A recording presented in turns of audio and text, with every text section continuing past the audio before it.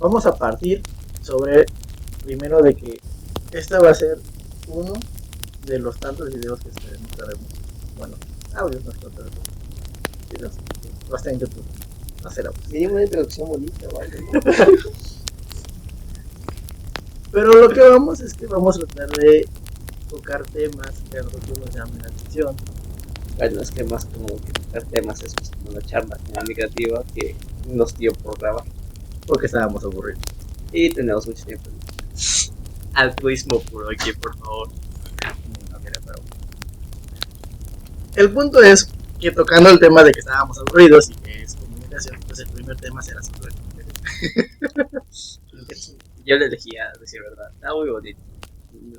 No somos comunicativos. Que de hecho cuando me lo planteó yo dije comunicación, sencillo, ¿no? Inició receptor mensaje. Canal. Hay muchísimas cosas más de que hablar de comunicación. Más que nada, a mí me gusta el lenguaje no contextualizado, que es más alejado incluso del lenguaje verbal. Lenguaje verbal, y lenguaje no verbal. Expresarme con el cuerpo, pero ¿cómo te puedes expresar a través de un medio de información que no está dentro del ambiente? O sea, no solamente tu cuerpo, sino cómo manejas lo que ya a tu alrededor. Eso estaría muy bonito. O sea, estamos hablando que no nada más es el lenguaje no verbal, que es el físico, sino aparte cómo el entorno convive dentro de esa comunicación. Exacto, porque no es la misma comunicación de las palabras, las miradas o incluso la forma de exteriorizarnos en un contexto de trabajo, en un contexto de escuela, en un contexto social. Como que siempre va cambiando, incluso cuando estás sola, como cuando estás acompañada con una o dos personas de más confianza o de menos confianza. Es lo que aparte que se dice, ¿no? De que no eres la misma persona con todos, con cada uno cambias. Pero es que eso va mucho más diferente, o sea, como que todos estamos ya programados de cierta forma en esta época, en donde yo voy a hacer de una forma porque yo estoy esperando que tú seas de una forma, dependiendo de mis intenciones que yo tenga contigo. No hay un autor, pero sí es un escritor que tiene un canal de YouTube que lo que hace es que en una de sus palabras era que las personas no tienen un altruismo puro, sino que todo lo que hacen es a partir del egoísmo. O sea, yo tengo mis intenciones sobre ti y a manera de que lo que yo haga sobre ti es porque lo quiero sobre mí. Es lo que también alguna vez leí, no recuerdo dónde, pero que se dice de que nada lo haces realmente por altruismo puro. Siempre esperas una recompensa. Siempre esperas una recompensa dentro de todo lo que haces o de lo que partes. En cierta parte sí, pero no. Porque más allá de lo que quiere decir solitario, sino es que todo lo que yo haga no es hacia ti. O sea, tú no eres el resultado final y lo que tú hagas o lo que a ti te afecta es el resultado final de lo que yo quise hacer. Sino de que hay algo más después de esa acción que puede ser tu respuesta o incluso cómo se va a desarrollar la historia, que es lo que yo estaba esperando. O sea, parto del egoísmo puro. Todo lo que hago por ti, lo hago por mí. Pues sí, eso es algo parecido. O sea, al final de cuentas, aún la persona que diga que es más altruista, que todo, que dona algo, que hace algo, lo está haciendo, pero porque él tiene una recompensa, ya sea moral o sea física. Sí. Y ahí parte mucho la comunicación, porque otra obra igual de música que es de Ocelot es que habla, te pongo un ejemplo, ¿no? Y tú le darías una moneda a un mendigo si nadie te viera, si no fuera por ese altruismo, ese egoísmo, o es simplemente para estar bien contigo mismo. Pues yo creo que sería más bien estar bien con uno mismo, ¿no? Porque aún así tu recompensa es tú sentirte bien, sentirte que tú hiciste algo, aunque la gente no lo haya visto, pero no deja de tener una recompensa. Y es que aparte siempre, bueno, no sé tú, pero a mí sí me pasa de que cuando doy algo o lo estoy ofreciendo algo, como que siempre estoy en la visión periférica viendo si alguien más lo está notando. O sea, si no solamente soy yo, si no solamente es la otra persona, sino siempre hay un tercero que tal vez no me va a beneficiar en nada, pero sí me va a hacer sentir moralmente superior. Claro, o sea yo en mi trabajo me fijo mucho que la gente vea que lo estoy haciendo. O sea, tal vez mi jefe o mis compañeros principalmente porque vean que estoy haciendo las cosas, ¿no? Y que el día de mañana que me puedan decir algo, decirles, yo sí lo hago. Y mi recompensa es esa, poder tener un argumento en algún futuro, cercano o lejano, de poder decir, ¿sabes qué? Yo sí estoy haciendo las cosas. Ajá, exacto. Y por eso te digo que el tema de comunicación me gusta mucho. Y sumando a eso aún más, por ejemplo, yo en mi trabajo lo que pasa mucho es que yo soy muy amable con las personas. Entonces lo que interpretan los demás es que yo soy muy coqueto con todos. Es que tú eres coqueto. Yo no sé, ¿ok? Interpretan todos que soy muy coqueto con todos. Esto me lleva a dos caminos posibles siempre. Una es me tratan muy bien o les caigo muy mal. Pero es que creo que en la actualidad, y eso creo que ya es muy, no sé si sea todavía en el contexto de la comunicación, ¿no? Probablemente sí. Que es, en la actualidad, si tú eres amable o educado con una persona, de inmediato piensan que vas a ser coquetero. Pero es lo que te digo, o sea, porque está la idea de que todo es parte del egoísmo. Y probablemente sí es cierto, o sea, probablemente que yo te trate mejor que otras personas es porque yo quiero sacar algo de ti que otras personas no tienen. Que no necesariamente tiene que ser un interés romántico, sexual ni nada de eso, sino un interés práctico. Tú me puedes servir para después. Te voy a tratar bien durante este momento porque después me puede ser de utilidad. Lo de deber favores. En cierto punto sí, como nos decía nuestro papá, que era de gente de que le puedas utilizar. Ah, claro, de que nos decía mucho en la escuela del hecho de decir, no te juntes con el desmadroso, a él no le puedes sacar nada, júntate con el inteligente, en algún momento te puede ayudar. Pero pues también es un error práctico porque puede ser inteligente la mejor forma de tener una relación social, pero también puede ser una cosa donde puedes hacer un buen negocio. Porque siempre están los vicios, siempre están las formas de poder obtener un dinerito por ahí. Pues es que también va a depender, bueno, actualmente, tal vez en la escuela no lo veía yo tanto, pero actualmente es el hecho de decir, ¿realmente es inteligente o solamente es aplicado? Pero eso ya no entra tanto de la comunicación, sino más en la educación y es Eso es lo tema que le va a tocar. A cómo está dirigido el mundo actualmente. Que es un tema que Como me encanta ese tema también. Pero bueno, viendo eso entonces, ¿el chisme dónde entraría? Porque Chisme. a todo el mundo le gusta el chisme. Y Sí. el que diga que no es el que le gusta nada. Pero no todo el mundo sabe cómo capturar el chisme. O sea, muchas personas se pierden muchos detalles del chisme solamente enfocándose en la historia. A lo que voy, es tipo, o sea, sí, yo puedo entender tus palabras, yo puedo entenderte a ti, tu historia, como tú me lo estás contando, y después puedo ir a preguntar a la otra persona si quiero reconfirmar la historia o completarla bien, pero se pierde mucho en este lenguaje no contextualizado, o sea, ¿y tú qué estás haciendo? O sea, ¿cómo te estás moviendo en ese momento? Porque no sé si te das cuenta, por ejemplo, si te cuentan un chisme de infidelidad, lo que pasa mucho es que te cuentan, es que yo hacía esto, o la otra persona hacía esto, pero nunca te cuentan, es que yo en ese momento estaba moviéndome de cierta forma. O yo en ese momento tenía una mejor amiga a mi lado y le lanzaba algunas miradas como de ayuda, de súplica y todo esto. Y hay algunas veces en las que las personas sí las hacen. O sea, como que de poder captarles en ese momento su recuerdo, en ese momento su práctica, de que te lo estén contando cuando hacen las preguntas correctas, hacen esa misma gesticulación que hacen en ese mismo momento. Pero eso entraría, bueno, a mi contexto sería como el lenguaje no verbal de lo que está sucediendo, que a veces, muchas veces, no lo vemos porque no estamos como que concentrados en esa situación, sino estamos más concentrados en lo que estamos escuchando. O sea, quizás tal vez viene la diferencia de observar y ver, porque tal vez lo ves, pero no lo observas, no le prestas atención, como que lo ignoras. Porque a mí me he dado cuenta, por ejemplo, cuando trato con una persona que me puede prestar atención, más sin embargo, si yo le pregunto, le estoy dando un objeto, no lo está sosteniendo porque estaba papaloteando otra cosa. Y, por ejemplo, cuando estamos principalmente en un chisme o algo, es cuando más llega a suceder. Pero no, yo tengo más allá todavía, o sea, sí te está prestando atención, le está prestando atención a la historia, pero sin querer se le sale lo que estaba haciendo en ese momento, o sea, está tan fuera de contexto su movimiento que es como si fuera un lenguaje muscular, una memoria muscular de ese momento. No sé si has visto cuando hay dos personas contando el mismo chisme, como que se va complementando la historia y que como que te está contando, no, es que yo tuve que ver a este güey de cierta forma para que me ayudara y en ese mismo instante que lo está diciendo, en ese mismo instante estaba volviendo la vista, nada más tantito, y la vuelve hacia ti, como para seguirte contando. Como que ni siquiera él se dio cuenta, ni nadie se dio cuenta, solamente pasó en ese momento. Como una memoria muscular. Como un reflejo que ya tienes previsto. Ajá. Pero no es un reflejo, es el recuerdo de esa acción. Pues, yo creo que sucede mucho, por ejemplo, cuando hay dos partícipes en la historia. O sea, puede ser una sobremesa, una plática entre amigos.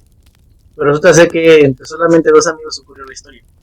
Y cuando la están narrando, es cuando sucede, ¿no? Y lo voltea a ver con cara ¿te acuerdas? Pero los demás nada más están escuchando y no son partícipes de.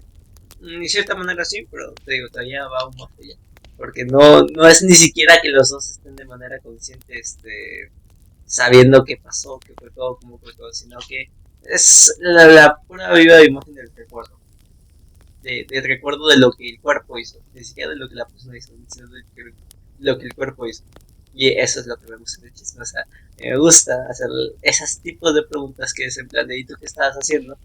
O cómo estabas tú sentado, y que te dan un poco más de coherencia y no te deja tanto la imaginación, sino que ya te estás centrando dentro del teatro, te puedes imaginar, no, pues yo estaba aquí, él estaba allá, mi amiga estaba acá, eh, o estaba sobre las calles tal y tal, cerca de la biblioteca, el día no estaba tan caluroso, estaba medio soleado, y yo iba vestido de esta forma, como que le intentan meter más detalles, y entre más detalles le meten, como que también su cuerpo se va yendo hacia ese momento. Como que te gusta más en ese caso que te cuenten el chisme como si fuera una narrativa de un libro, entonces. Como de una novela. Ajá, o sea, que te puedan decir, era un 13 de noviembre y decía frío, yo llevaba un abrigo, todavía me acuerdo, de color café, y la violinista se sentía. De hecho, se sentía el aroma a los tacos del restaurante de la esquina de la catedral. Ajá, esas son las historias que a mí me gustan. Tal vez no tanto con la fecha, porque quizá todas las fechas, ¿no? Pero de decir, no, pues es que creo que yo así. O creo que ese día me había ido mal porque me habían aprobado algo, estaba cagado con la vida porque me habían terminado. Entonces, esas tipos de historias a mí me gustan mucho. Y es lo que me gusta más en el lenguaje no contextualizado. También tengo una compañía de trabajo que lo que me cuenta es que tiene una intuición para cuando dos personas se gustan dentro del trabajo que es impresionante. No los conoce nada, no los ve apenas, o sea, son personas totalmente nuevas para ella. Pasa cerca de ellas y nada más de ver cómo se están mirando, de ver cómo hablan, y ella te dice, ese güey está creyendo con ella. Y a la semana, al mes, puede haber sucedido, ¿entendés? No, a ver. Pero yo creo que eso sería porque es una persona muy observadora. O sea, presta atención a los pequeños detalles. O sea, más que intuición sería que observa, presta atención y ya tiene como que un archivo en su memoria que dice, bueno, esta acción corresponde a esto y probablemente pueda llegar a suceder. Sí, pero por ejemplo, yo lo he estudiado, ella no lo ha estudiado nunca, o sea, es una habilidad innata si lo quieres ver de esa manera, porque nunca ha estado, ni siquiera es una persona muy sociable, o sea, eso es lo otro, que apenas ahorita que lleva a la ciudad es cuando más está conociendo a más personas, entonces nunca ha sido una persona muy social y aún así tiene esa habilidad. Pues yo creo que se deriva a que es eso, a que no es una persona social. En mi manera de creencia, yo creo que si no eres una persona social, lo que te queda es observar. Y al ver tanta repetición de los hechos, de lo que ocurre con las personas, se te van grabando. Entonces puedes desarrollar esa habilidad como tal. Es como te dije, o sea, como todo está dependiendo del contexto, como ya te he comentado muchas veces, pues no es como que, no voy a ponerme a hablar de todos los contextos, ¿no? Pero no es un contexto donde haya tenido mucha comunicación con personas. O sea, no es como que tampoco se haya podido observar mucho. Por lo que el desarrollo de esta habilidad o el almacenamiento de estas características que tú dijeras es un archivador, dice, esto corresponde a esto, pues no se ve tan presente. ¿Será también que lo esté desarrollando o lo haya desarrollado como una habilidad de supervivencia? Puede ser que sí. Como que las personas, buena gente siempre termina sufriendo más, entonces como una manera de protección, ¿no? Una bargarita. Claro, yo lo veía así, o sea, dentro de la comunicación no verbal dices, bueno, que esta persona tal vez probablemente me quiera o no me quiera hacer daño. Y su cerebro lo fue desarrollando por protegerse, por lo mismo de que no es una persona social. La otra parte también puede ser la empatía hacia la otra persona, o sea, como que se pone en el lugar de ambos y diría, pues yo haría esto, o yo intentaría hacer esto, o yo reaccionaría de esta forma. Entonces tal vez el mismo aislamiento de las personas lo que hizo en ella sería crear muchos mundos donde se interactuaría con las personas de manera diferente, como que creando miles y miles de historias. Algo de una persona muy ansiosa, si lo quieres ver así, pero que pues sabemos que existe, o sea, sí. Tenemos una amiga así. Bueno, que tiene que tener todo planeado, si no, no funciona. ¿Qué te digo? Esos sistemas están dañados. Es cierto, sí. Pero está muy chistoso y sí funciona. Pues es que sí, y de hecho, o sea, ayer me comentabas también en el chisme precisamente, de que por qué se te graba un chisme que te pueden contar de famosos, pero un chisme de X personas que no conoces y que no estuvieses y que nada más lo estás escuchando porque pues es tan interesante, se te puede olvidar y el otro no. Y es lo que te comentaba ayer, que es por la presencia de las personas en tu vida. Es muy fácil quedarte con un chisme de ahí que está constantemente sonando, como sería de Shakira y el otro güey, que el chisme de Paquita y Paquito. O sea, Paquita y Paquito no los conozco jamás, no están participando, se me va a olvidar tarde o temprano, o puede que no, puede que almacenen los recuerdos basura de mi cerebro y que en algún momento cuando conozca a Paquita y Paquito por algún azar de destino no los recuerde, pero sí me sueño y que me empiece a contar su vida y después decir, oye, esto ya lo he escuchado. Oye, tú eres el que le pusieron el cuerno. Pero no se lo digo, o sea, tengo ese pequeño respeto sobre él de decir, oye, ¿y cómo estás? Eso me viene ahorita en la mente, de hecho, no sé si entra todavía dentro del tema, pero ¿qué ocurre con las personas que presencian cosas? Es decir, ejemplo, hace rato estaba yo sentado y a un camión se le cayeron los materiales que llevaba un camión de carga. Y como tal, ahorita te puedo decir que es un camión y que se le cayeron. Ya no me acuerdo que se le cayeron. Sé que eran cosas para hacer una construcción, o sea, creo que cemento y cosas. Pero ¿a qué se debe eso? A que de repente lo vemos, lo contamos, porque se lo conté en su momento a una persona y estaba yo en la de cómo sucedieron los hechos. Pero de repente lo vamos olvidando. Contextualiza de la misma manera que con el chisme de Paquito y Paquita de que no los vamos a conocer. Sí, es básicamente eso. O sea, viví el momento, se lo conté a una persona, pero no se lo conté a tres. O sea, no está tan presente. Y como que lo banaliza, ¿sabes? O sea, ya se lo conté a madre. Pero tal vez si se hubieras contado a otras 4 personas te lo recordarías. Como cuando te acabas de despertar, tuviste el sueño más claro de toda tu vida. Lo empiezas a contar a todos. Oye, no, soñé esto. Un mes contándoselo a todos y se te va a olvidar tarde o temprano, pero no has dejado que todo ese mes se te haya olvidado, sino que puede que te hayas variado, porque eso sí sucede. En el proceso de la memoria, lo que hacemos es no recordar como tal, sino reconstruir el recuerdo. ¿Y por qué tenemos esa necesidad como que de contar las cosas? ¿Es parte de que somos personas sociales? ¿Que necesitamos comunicarnos con alguien más? Yo tengo 2 teorías, porque realmente no tengo ningún autor que las valide, pero sí, yo tengo 2 teorías. La primera es que está vinculada a que se las contamos con quienes nos sentimos identificados, creemos que se va a reír de la misma manera que nosotros. Entonces, que yo le cuente de Paquito, de Paquita y sobre su infidelidad que ellos dos, a ti que te gusta de ese tema y que sé que juntos vamos a ir, me va a ser más satisfactorio. O también queremos calar que tanto somos compatibles en esa misma idea. Porque ya ves que existe el humor negro y todo eso, y que a mucha gente no le hace gracia. Ay, sí, no entiendo por qué sí. Ya tengo un amor-odio ahí. O sea, el chiste que te solté el otro día está pasado de ver. Bueno, es que llega hasta un cierto punto donde dices, no, creo que, o sea, hay límites que todos tenemos. Y al todos tenerlos, pues obviamente llega como con una barrera, ¿no? O sea, sigue siendo gracioso, pero entra yo creo que el estado de moral de decir que es gracioso, pero es moralmente correcto y moralmente. Mm, yo creo que no, o sea, mientras no te burles de la persona como tal y solamente del sufrimiento, que no sea de él o que sea más o menos sufrimiento general, todo está bien. Pero ya cuando empiezas a señalar, yo creo que ya es un punto en que ya no. Es la barrera como que Ajá, ya es no como estás que la pasando. barrera, o sea, ya estoy dañando a alguien. Así en general puedo dividir mi responsabilidad a que estoy dañando todo, pero ya cuando ya soy más específico, que más específico me vuelvo, más daño a un individuo solamente. Bueno, y tocando eso, la falta de comunicación actualmente, ¿cómo se presenta en este caso? O sea, si somos chismosos y también compartimos muchas cosas, ¿dónde entra la falta de la comunicación? O sea, ¿cuándo dejamos de ser comunicativos? Cuando no sabes qué comunicar. O sea, ¿de qué me sirve a mí que me cuentes el chisme de Paquita y Paquita cuando yo realmente quiero saber cómo estás? O de qué me sirve a mí preguntarte de cómo estás y sé que vas a contestar bien, no mal, bien, mal, ya. O sea, de la forma más seca posible. Pues es que de hecho creo que son las respuestas más... O sea, las conversaciones más comunes son de hola. Te contestan hola.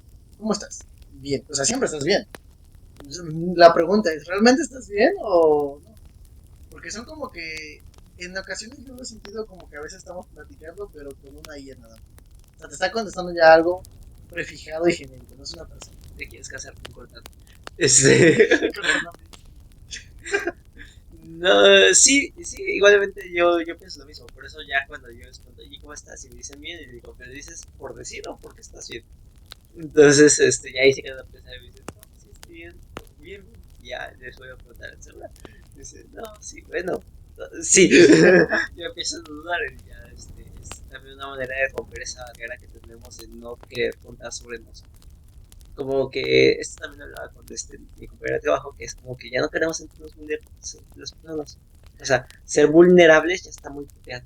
Pues es que de hecho, o sea, hablando de eso, o sea, del libro que estaba hablando hace rato que me diste, la parte donde él te dice que tenemos que partir de la confianza para poder relacionarnos con las personas. O sea, si no confiamos en las personas, de qué no nos vamos a poder relacionar. Porque va a requerir una interacción entre dos personas. ¿Y cómo te voy a contar de mi vida si no confío en ti? Eso principalmente la zona terapéutica, pero como también dice ese mismo libro, el libro está buenísimo. Luego, al final les pongo el nombre porque la verdad es que no me acuerdo. Es una entrevista. Eh, el- la, la terapia como tal se basa en la comunicación entre yo paciente, tu especialista, ¿no? Pero también depende mucho de cómo me lo vayas a querer contar. O sea, si yo paciente te empieza a decir, no, es que yo lo veo así, asá, pues ya, y tú solamente, y solamente te estoy dando la parte negativa, la parte negativa, es muy complicado sacar una medida para intervenir en la parte negativa. O sea, si todo lo estás viendo feo, ¿yo qué te puedo decir que está bonito? Nada, o sea, o cómo te puedo bajar de ese estado de inestabilidad a un estado más estable si solamente estás sacando las cosas negativas. O, y en estas partes también hay muchas cosas que dicen de la comunicación que es no interrumpas hasta que la otra persona deje de hablar. Pero pues, ¿cómo ayudarte si no te puede interrumpir tampoco? Pues, bueno, se supone, en teoría, que puedes tomar tu pauta o tu tiempo de hablar. Vas como que apuntando mentalmente tus intervenciones y puedes decir, ¿no? Por ejemplo, ahorita decías el hecho de decir que todo lo verde es mal. Y yo recordé que en el autor decía, bueno, yo no puedo tomar la parte de decirte, no te creo que todo esté mal, ¿no? Porque esa parte estamos partiendo de cómo está la confianza. Lo que sí te puedo decir es, yo creo que estás haciendo el puro lado negativo y que te estés concentrando en eso, más sin embargo debe de haber algo positivo. ¿Dónde lo podemos encontrar? Y por eso mismo el mismo autor te dice que pues, si no lo quieres ir al médico, lo quieres ir al especialista, al psiquiatra, al psicólogo, lo que sea, es mejor es hablar con una persona que tenga sentido común. Porque incluso los mismos especialistas puede que no tengan el sentido común para poder tratar a una persona. Oh, sí, esa parte fue bellísima. Es que realmente, o sea, el hecho de que él diga, o sea, que, porque llega un punto y que diga, a ver, no necesitas venir a terapia. Solamente necesitas tener un amigo consentido. No puede ser que no tengas ningún amigo consentido. O sea, ir a una terapia no te garantiza que el terapeuta o el especialista tenga sentido común. Yo pensaba cuando estaba leyendo eso que todas las personas, o bueno, en su mayoría las personas aconsejamos a partir de nuestras experiencias, de nuestras creencias y vivencias. Yo quiero pensar que en cuanto a la psicología, los psiquiatras, como tú los quieras ver, pues lo ven de una manera diferente, ¿no? De una manera analítica. Pero normalmente cuando tú llegas y me pides un consejo y me dices, oye, mira, es que no sé si decirle a su canito o no que le pusieron el cuerno, que me preguntes a mí, yo te diría, bueno, yo le diría, suponiendo el hecho de que yo a mí me pasara o que yo ya lo hubiera vivido, o sea, yo le diría, ¿por qué? Por eso, porque otro. Aunque tal vez no como te lo plantean otras personas, porque dice, bueno, ¿qué ganas con eso? Eh, es, es como también decía el autor en el caso que pone de que si el esposo le cuenta a su esposa si que le fue infiel o no, después de la muerte De la de amante, su amante. que da la cuñada, no manches. Este, y es eso que te va a traer a ti, o sea, si te tienes problemas, ¿para qué le vas a contar? Sí, o sea, Si en cambio no te trae nada o te deja en un estado de paz, por así ponerlo, pues cuéntale, güey, o sea, no estás perdiendo nada, tampoco estás perdiendo nada. es ahí donde dice el autor, al final de cuentas, es donde dices una mía conocido común, o sea, no necesitas venir a terapia, solamente tienes que ver, o sea, gano o pierdo, poner en un balance, ¿ver? ¿Qué gano si le digo puros problemas? Si me quedo callado, pues no pasa nada. La persona ya había fallecido, no es como que le fuera a contar.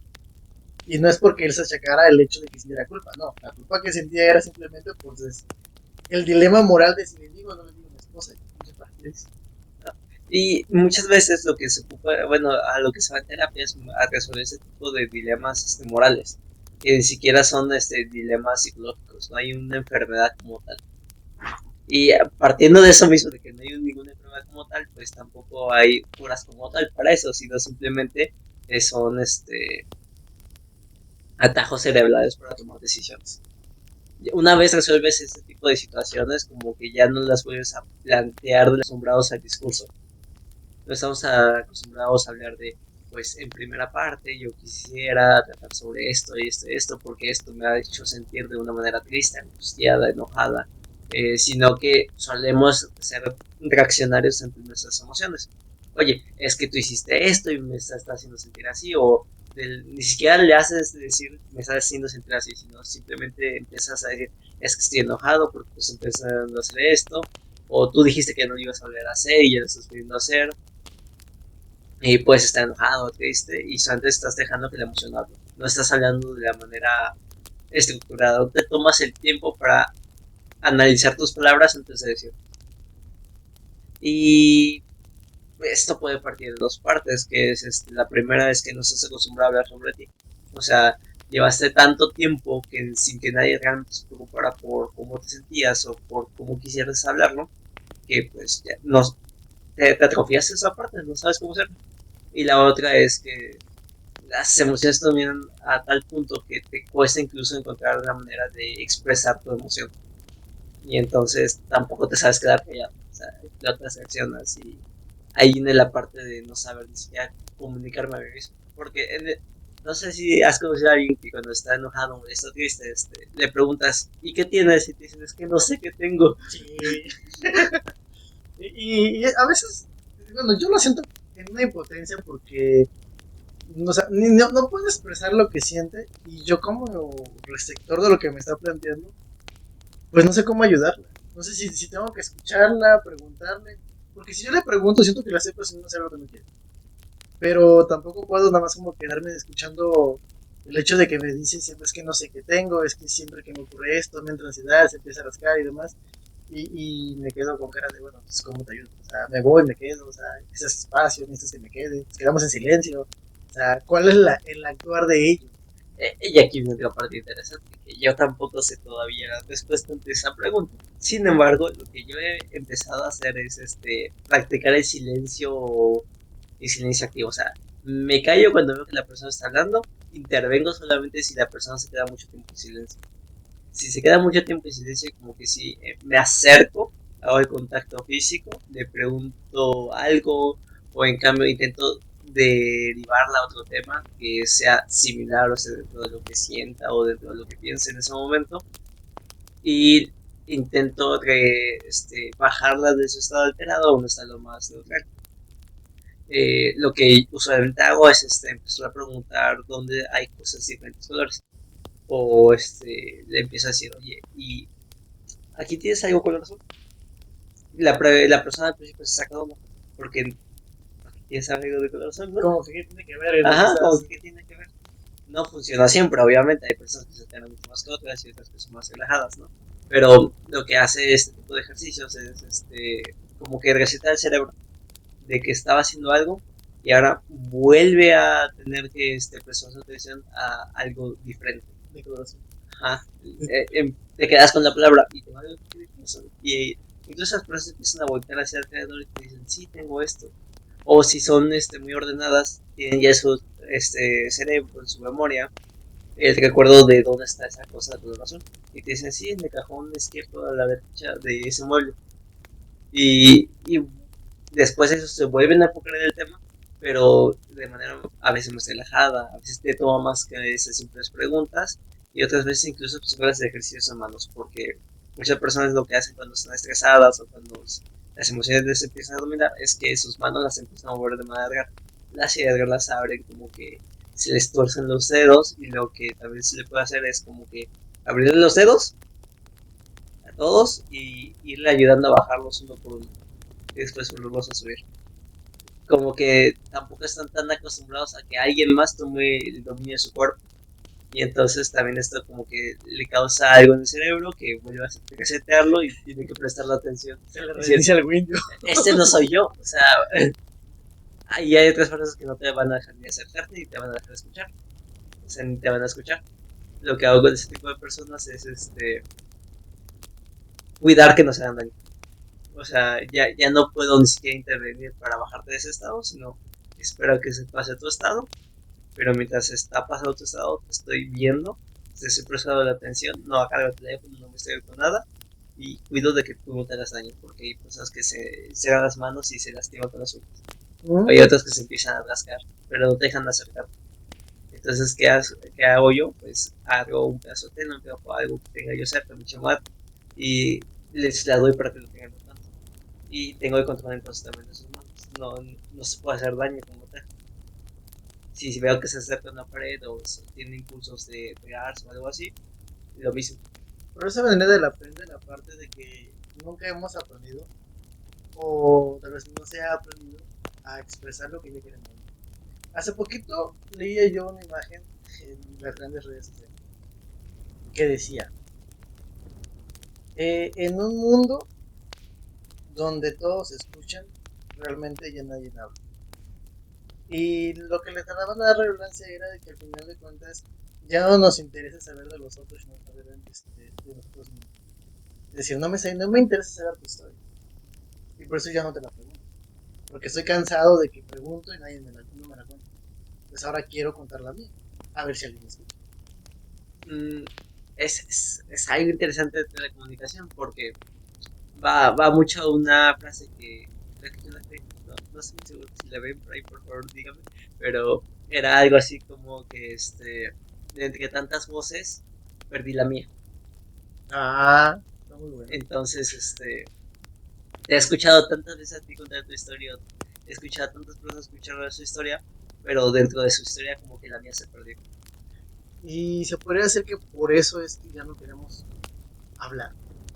Eh, Puede venir desde la crítica social, puede venir desde las malas experiencias, puede venir de muchas cosas, porque sí puede venir de muchas cosas, pero siento que el no querer hablar no va tanto ligado a eso, sino a que no sabemos cuánto tiempo vas a estar tú. O sea, si te conocí en una fiesta, pero estábamos tomando, ¿cuánto tiempo va a durar una amistad así? 2 días, una semana, un mes, te voy a volver a hacer universal para las pedas, entonces no quiero contarte de mi vida. Si te conocí en el trabajo, te voy a ver de fuera del trabajo. Si te conocí por las redes sociales, vas a contar sobre tu vida en las redes sociales, lo que haces, a lo que viajas, o lo que te gusta. Si es así, o sea, como que no sabes cuánto tiempo duras, una semana, un mes, un día. Y por qué gastaría mi historia en algo que puede ser tan efímero como un minuto. Suena coherente al final de cuentas, pero en ese caso, creo que también por esos motivos nos cerramos a ya no tener una plática X con las personas que probablemente se podrían quedar. Porque pensamos en que las relaciones ya son tan efímeras, tan pasajeras, de cualquier índole, que no vale la pena el hecho de que yo te cuente toda mi historia. Pero es porque tenemos esos filtros mentales de alguna forma, las precapsulamos a las personas al conocerlas y decimos, pues, nos durará todo ese tiempo. Tengo una encargada de trabajo que lo que hace con las personas nuevas cuando llegan es prejuzgarlas a saber si se van a quedar en el trabajo o no.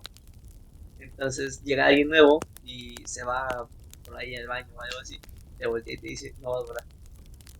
O sea, ya la prejuzgó.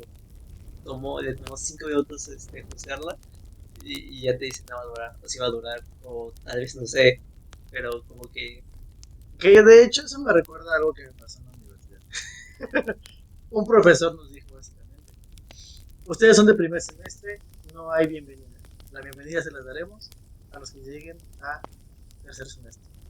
Porque normalmente de primer año se van todos los años. Y entonces dices, güey, no manches, o sea, ni siquiera una bienvenida me dijiste. O sea, me prejuzgaron del hecho de decir, ¿saben qué? La mitad del salón no va a llegar a segunda de tercer semestre. Digo que no es tanta mentira. Pero al final de cuentas, pues sí está prejuzgando, ¿no? pero además es motivador, o sea, en esa comunicación desmotiva a las personas. Puede ser que actúe como que, porque no lo dudo, puede ser, la escuela se maneja así, pero es como la juzgación de decir, se instaron ideas, ¿sabes? O sea, dentro de la educación, en la misma comunicación dice que si yo empiezo a darle más importancia a un alumno que tal vez no es tan bueno, pero lo manejo como si fuera muy bueno, esa persona va a tener mejores resultados. Que sería como el tipo del efecto Pigmalión, ¿no? Ajá. Y que es básicamente, entonces si yo te prejuzgo ya y te digo que vas a tener pésimos resultados y que vas a ganar la carrera, es probable que lo hagas porque estás respondiendo a la idea y a la imagen que yo ya te estoy prestando. Que estás respondiendo a lo que la sociedad te está diciendo, ¿no? Eres malo, o sea, ¿para qué vas a seguir echando atrás? En cierta parte sí, y en la otra parte es que, pues, si cometes un error, yo te lo voy a echar más en cara. Sí, porque ya te iba a decir básicamente, es que yo lo sabía, te dije, Te dije, no, no eres bueno para esto. no sé qué haces aquí. Ajá. Y puede que ni siquiera lo diga con sus palabras, ¿sabes? Y puede que solamente sea como que un movimiento de ojos. Y ya, Lo que decías del lenguaje no contrasentido. no contextualizado. Ándale. Sí. Pero pues es que, fíjate que hasta eso, o sea, yo te lo decía cuando dijiste la comunicación, entonces que emisor receptor. Pero realmente es un tema que podrás ser bastante largo. De hecho, yo creo que lo podemos tocar para la segunda, pero ya la comunicación dentro de una rama que sería cómo interactuamos cuando no nos podemos comunicar como estamos acostumbrados. Llámese con una persona que padece ceguera, con una persona que habla otro idioma, en el sentido de que es más complicado, porque tú y yo podemos hablar porque hablamos el mismo idioma, nos entendemos. Y es que yo te lo puedo hacer aún más complicado, o sea, imagínate a un campesino hablando con una persona ciega de ciudad. ¡No, hombre! Y eso que podríamos hablar el mismo idioma, pero aún así, o sea, Ajá, se vuelve más bueno, complicado. te lo ponemos más. Imagínate a un campesino de México hablando con un empresario de Japón en diferentes idiomas. No, o sea, de hecho, eso estaría muy interesante. Y lo tocaremos para la siguiente. Porque, o sea, es entretenido ver cómo nos podemos relacionar con las personas. Pero desde entonces, también, o sea, cómo está la variante de cómo nos comunicamos. Y ya de ahí les voy a contar una historia que me pasó una vez en Oaxaca sobre esta situación, que fue algo caótico, poderme comunicar con dos personas que no hablaban español y yo no hablaba su idioma. Y tampoco hablábamos un idioma internet. O sea, fue un caos total. Que al final nos llevamos muy bien de ello. además, lo necesario para pues, la siguiente versión sería un poco más de preparación. Esa fue más como una charla ahí diciendo, pues es que no me acuerdo, y por ahí. Ah, sí, claro, Y ponerle un poco más de referencias. El libro sí se los dejamos, porque ese sí, se los pero. pongo abajito en la descripción, cómo se llama el libro. Ajá, y el autor y todo eso, pero. Que de hecho está muy bueno, o sea, 100% recomendable. Digo, al final de cuentas, en mi caso, yo lo viví, el libro lo leí, viendo desde el punto de vista de que como habla de la época, de una parte de la época de los países de la psiquiatría y de cómo evoluciona España, es todavía que a mí me atrapó más porque sí son más interesantes. Y es que además, bueno, nosotros somos en México, entonces ver el contexto en otro país también es interesante. Yo estoy estudiando psicología, entonces veo el contexto mexicano, pero no veo el contexto extranjero tanto. Y eso te atrapa un poco más y además te da una perspectiva más grande de que no solamente nos comunicamos aquí de cierta forma, sino también allá de diferente. Y que no solamente son palabras, no es lenguaje corporal, sino también el contexto que nos rodea y cómo nos afecta. Bueno, nos vemos en la siguiente. Y bueno, nos escuchamos en la siguiente. Comentarios que nos quieran hacer, los podemos recibir. Buenos, malos, no importa. No los voy a leer de todas formas. Yo les enseñaré pues nada, yo se los diré, entonces escucharlos. Y pues básicamente es que se suscriban, le dan like, lo compartan, porque queremos crecer, queremos poder llegar a más y poder compartir más cosas que al final de cuentas todo nace de una idea y las queremos desarrollar. Sigan a Solitario, sigan a Ocelot. En serio, eso sí vale la pena. Sí, nosotros no.